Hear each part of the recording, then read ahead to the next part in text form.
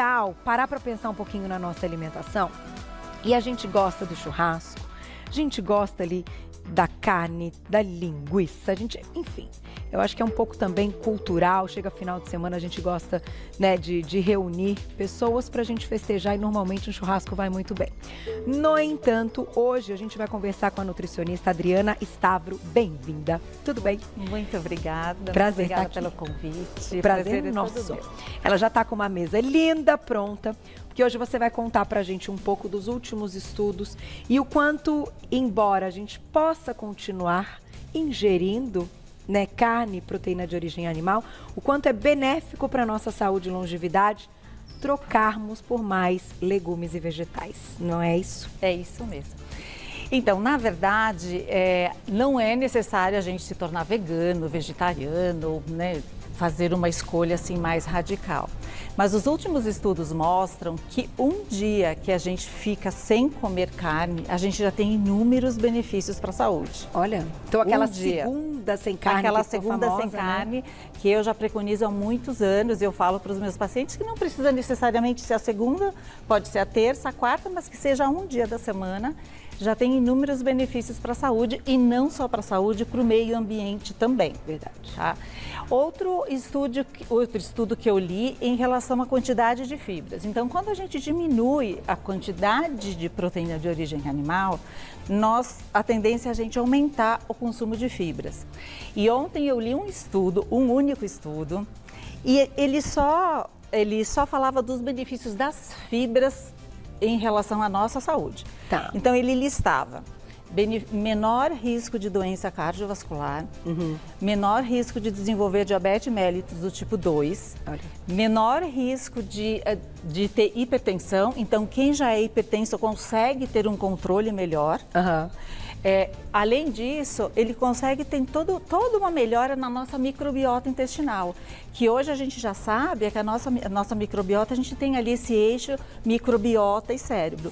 E um bom consumo de frutas, verduras e vegetais ricos em fibras, a gente consegue manter essa microbiota saudável e tentar desenvolver isso, a gente tem menos risco de vários problemas como depressão, ansiedade, enxaqueca e muitas outras coisas. Agora, quando a gente comenta dessa questão da proteína de origem animal, a gente fala especificamente da carne vermelha ou a gente está colocando ali todas as outras também? Então, a gente fala do peixe, a gente fala do frango, do ovo, né? Dentro desses estudos, o que hoje é mais assim entendido, pensando na questão da proteína de origem animal? Na verdade, quando a gente fala no efeito estufa, pensando no meio ambiente, eles pedem muito para diminuir o consumo de carne vermelha. Em relação à nossa saúde, também. Então, se tiver que fazer uma troca e tirar alguma coisa, que diminua a carne vermelha. E vindo na hierarquia, então, menos carne vermelha, frango e peixe. Tá. Aí a gente vai nas patologias e nas individualidades de cada um. O que sobra? Ovos e leite. Mas o leite, na verdade, ele é uma... Né, não estou demonizando o leite, mas o leite, ele é um alimento bastante inflamatório. Então, para algumas pessoas, ele chega lá no intestino e ele causa um desequilíbrio entre algumas bactérias chamadas Firmicutes e Bacteroidetes. Então, quando tem esse desequilíbrio na nossa microbiota, é aquela pessoa que tem muitas rinites, sinusites, dor de cabeça, ela fica muito resfriada. Então, não é que o leite seja ruim, mas muitas vezes a gente precisa tirar o leite dessa pessoa para ela poder melhorar. É uma questão de sensibilidade, a gente pode colocar ali, até pensando no glúten também, uma pessoa que tem uma sensibilidade um pouquinho maior. Na verdade, não é bem uma sensibilidade, é pela inflamação que o leite causa nesta pessoa. A sensibilidade é uma outra questão. Então, a sensibilidade, ela gera mais um desconforto gástrico. Essa pessoa, ela não vai se sentir bem quando ela ingere esse leite. Então, a gente precisa tratar com enzimas digestivas ou então substituir por um outro leite vegetal. Pensando aí quem tem uma intolerância à lactose. Isso mesmo. E até uma alergia, à caseína. Mas... agora sim, pensando numa questão que, como eu falei no início, né? É cultural o nosso consumo, né? É algo, enfim, que chama uma coisa muito boa, né? Está com o churrasco, a carne e tal, é algo que vem já pra gente desde sempre como um momento de lazer. Um momento como de um lazer. momento social, enfim, que você tá ali relaxando, tá tendo, né, o seu momento de aliviar um estresse e tal. Então, quando a gente pensa nisso, mas também tem que tentar colocar um pouco mais de tudo que está aqui na nossa mesa, qual é a sua dica para a gente manter um equilíbrio? Até para que as pessoas consigam, porque a gente não está falando especificamente de uma dieta, mas sim de hábitos que a gente consiga levar de hábitos frente, né? alimentares. Exatamente isso. Quando a gente vai fazer um churrasco, não tem necessidade de não ir ao churrasco e não comer o churrasco. Mas procure fazer uma salada e junto com essa salada colocar alguns alimentos que tenham enzimas digestivas. Então, por exemplo, o abacaxi é uma fruta que ele tem enzimas digestivas e que ele ajuda muito a digerir as proteínas de origem animal. Tá. Não só o abacaxi, mas o mamão-papaya, o kiwi. Então, são pequenas mudanças que a gente faz na preparação da alimentação que elas fazem toda a diferença. Ou, muitas vezes, tomar um chá depois da refeição. Então, por exemplo, um chá de alecrim, ou tomar um chá de menta piperita, eles ajudam a fazer essa digestão da proteína, para essa proteína não fermentar lá no intestino. Entendi. Não causar essa fermentação. Diminuir um pouco o impacto, Diminuir o impacto. E outra coisa também são esses verdes escuros que são ricos em fibras. Então, quando a gente faz uma composição com um colorido, um verde, a carne, de uma certa forma, ela entra ali como um prato que não tem. Porque hoje a gente fala muito de índice glicêmico e carga glicêmica da refeição. Então, quando a gente consegue montar um prato equilibrado, a carga glicêmica daquela refeição, ela vai ser equilibrada. Então, o impacto vai ser menor. Entendi. E aí a gente não só vai ter um impacto menor pelo prato, mas pela quantidade. Então, o que a gente recomenda? Deixe realmente as carnes mais gordurosas para os eventos mais especiais, para as festas de fim de ano, para o seu aniversário, porque realmente isso não vai. A gente precisa de vida social. Sim, sem dúvida. E isso deixa para esses eventos. No dia a dia, procurar ter uma alimentação mais à base de verduras e legumes e procurar ter as carnes brancas. Vamos falar do nosso prato, então, que a gente tem aqui um prato muito bem dividido, até para que a gente lembre dessa imagem quando a gente for colocar a comida no prato. Então, a ideia é que a gente divida esse prato em 4. Isso. A gente sempre precisa pensar que o prato ele precisa ter um carboidrato, uma proteína, aí ele precisa ter os vegetais. Tá. Então, o carboidrato, a proteína, os legumes e as verduras. Tá. Então, as verduras e os legumes, eles precisam ter 50% desse prato.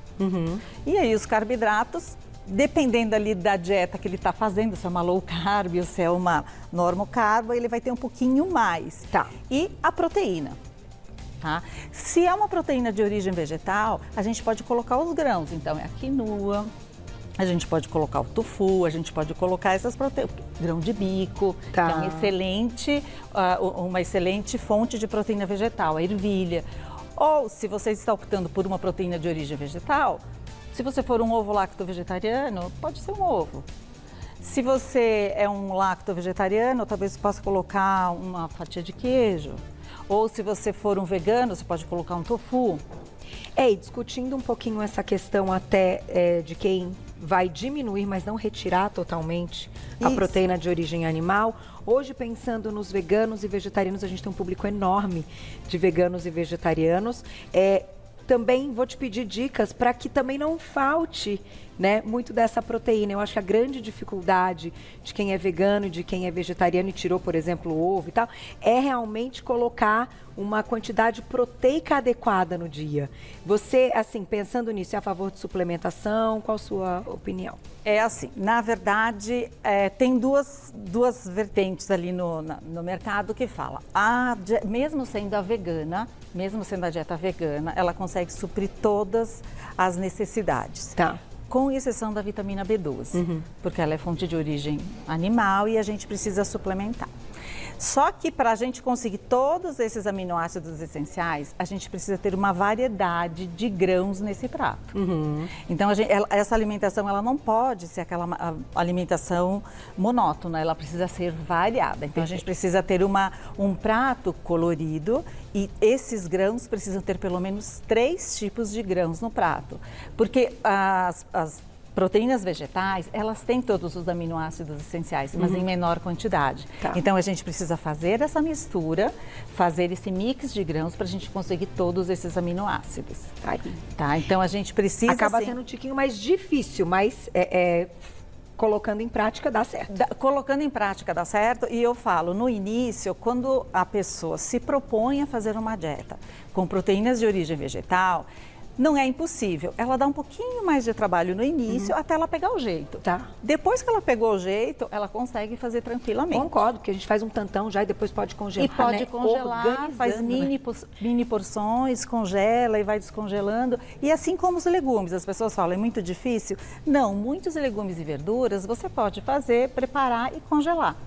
E aí, isso facilita muito a vida das pessoas. Deixar já muita salada lavada. Muita salada lavada no início da semana. Muitas raízes você pode deixar na geladeira já pronta, ralada, cortada. Isso facilita muito a vida das pessoas e principalmente quem quer adotar uma dieta com uma base de pelo menos 70% à base de vegetais. Você vê, voltando a falar então dessa questão e até dos benefícios do consumo de mais legumes, né, no todo, no dia a dia, que a gente, enfim, tem que pensar na nossa dieta. Uma outra questão que eu queria te perguntar é o seguinte, quando a gente está falando também de alguns objetivos dentro desses hábitos, porque aqui é claro que cada um vai ter que ter uma dieta individualizada, mesmo que aumente muito o consumo desses alimentos. A gente sabe que dependendo da forma como eles são preparados e da quantidade também que a gente vai colocar para saciar, né, para matar a fome, a gente pode fugir de alguns objetivos. Então, eu queria que você linkasse essa questão com um objetivo que hoje eu acredito que seja, assim, sério, né? E eu sei pelo retorno que eu tenho do público, ligado à questão do emagrecimento. Sim, no emagrecimento, o que a gente precisa sempre pensar? Que nós precisamos ter alimentos que diminuem a inflamação, porque toda pessoa que está com sobrepeso e obesidade, ela tem um quadro chamado inflamatório, inflamação de baixo grau. Então, a gente precisa diminuir essa inflamação. Para diminuir essa inflamação, a gente precisa ter fitoquímicos, antioxidantes e alimentos anti-inflamatórios. Então, a gente precisa vir aqui. Tá. Então, a maior parte da alimentação vai estar aqui, porque tem licopeno, beta-caroteno, essas fibras, essas folhosas que vão tratar do intestino. Então, tudo isso são alimentos anti-inflamatórios. Esses tomates são ricos em licopeno, então eles são muito anti-inflamatórios, eles têm muito antioxidantes. E aí a gente vem para cá. A cenoura também, ela vai ajudar muito. Todos esses vegetais coloridos, eles ajudam a desinflamar. E praticamente todos aqui são zero, né? De caloria mais líquida. Esses tem mais zero. Quando a gente for pensar em perda de peso, essas raízes, elas entram como carboidrato em quantidades menores. Então, vamos pensar, esse quadradinho aqui do carboidrato, você já pode colocar uma quantidade bem menor e aumentar a quantidade dos vegetais. Tá. Principalmente se você está bem acima do peso e você precisa desinflamar. Tá? Então, algumas questões que a pessoa, quando está acima do peso, ela começa a ter alguns desconforto gástrico, ela começa a ter problemas intestinais. Então, se você tem alguns sintomas relacionados a isso, começam com essa alimentação, que isso já vai tratar o intestino, ela já vai melhorar. Tratando o intestino, ela vai ter menos compulsão alimentar, menos vontade de comer doce. Então, ela vai ter menos, sabe aquela pessoa que belisca o tempo todo? Porque uma pessoa que tem uma desbiose intestinal, ela não tem vontade de comer brócolis e alface. Ela tem uma preferência alimentar por carboidratos refinados. Então, por isso que eu sempre começo pela microbiota. Então, faça um bom prato no almoço, no jantar, prefira esses coloridos. E se for comer uma proteína, prefira uma proteína magra. E evite os carboidratos refinados e coloque um pedaço de raiz, um pedaço de batata doce, uma abóbora, uma fatiazinha de abóbora, que isso vai ajudar muito. Quando você retira as proteínas animais, é importante você colocar sempre uma vitamina C, depois das refeições, desculpa, depois das refeições, porque a vitamina C, ela ajuda a absorver o ferro não M, que é o ferro, fonte de vitaminas vegetais. Então é uma forma também da gente suprir toda essa quantidade, essa demanda de ferro que as pessoas precisam. Um limãozinho na salada? Um limãozinho na salada, se não quiser consumir a laranja. E quando você estiver com muita fome, eu sempre falo para os meus pacientes, no final do dia, se estiver com fome, um abacate, que na verdade ela é uma fruta, mas ela não tem frutose, ela tem gordura, e coloca um pouquinho de cacau, porque o cacau tem fitoquímicos e ele ajuda a diminuir e tirar a vontade de comer doce. Então, para quem está querendo perder peso, é uma boa estratégia para fazer no final da tarde, para não chegar à noite a pessoa chegar com muita fome. E após jantar, desejar uma sobremesa. Exatamente, né? Porque o cacau... À noite é complicado. O cacau, na verdade, mas quando eu falo cacau, é cacau mesmo, não é chocolate. O cacau, ele tira essa vontade de doce, essa compulsão por doce. E tem alguns chás também, que eu até deveria ter trazido aqui, eu não trouxe, mas chá de camomila, chá de erva doce, chá de erva cidreira, de mulungu, eles ajudam a aumentar os neurotransmissores do bem-estar, do prazer, que também ajudam a diminuir essa compulsão, essa vontade de comer o tempo todo. Então, para quem quer emagrecer, principalmente no final da tarde, mais para o começo da noite, se percebe que esse é o momento que você mais tem vontade, que vai lá e que não... São os chás adequados para você tomar. E finalizando, tá uma foto tão linda aqui, a imagem... Tá eu acho que eu vou fechar dizendo que a gente também come com os olhos. Come com os olhos. Também é uma parte da nossa emoção e desejar o que está bonito ali, que está ali pronto, mas de uma forma muito bem apresentada. Então, eu realmente, assim, quem é que não ficou com vontade de experimentar esse prato já prontinho assim, né? Então, acho que isso também pode ajudar. Vou te agradecer passar o seu Instagram. E antes vou mandar um beijo. Carol Castelo Branco, querida, já recebi o seu beijo, viu? Da nossa nutricionista. Tô com saudade de você. E tem uma frase que a gente fala, agora olhando para essa imagem, que a nossa cura começa pelos olhos. É verdade. Então, a nossa cura sempre começa pelos olhos. Então, sempre que você for preparar uma alimentação, sempre procure apresentar da melhor forma possível, que é uma forma de você, às vezes a pessoa fala, nossa, mas é só uma salada. Mas quando você apresenta uma salada assim nossa, já é uma outra salada. Já amei, não, ficou fantástico. Né? E claro, e a mesa aqui, que coisa linda, a mesa, gente. então a variedade, você pega a variedade, então você pega uma salada, se você põe 2, 3 folhas ali de alface, ninguém vai se interessar. Mas se você coloca umas lâminas de cenoura, umas lâminas de beterraba e faz com que essa salada se torne atrativa, todos vão comer. Então essa é uma boa dica. Quem quiser saber mais do trabalho, vou agradecer a Adriana Stavro, nutricionista, lá no Instagram é @NutriAdriana, o Stavro é STAVRO, @NutriAdriana Stavro, tudo junto, para quem quiser acompanhar mais o trabalho. Obrigada, viu? Obrigada. Até a próxima, adorei. E ficou lindíssimo, ó. Só deixa mais lindo aqui.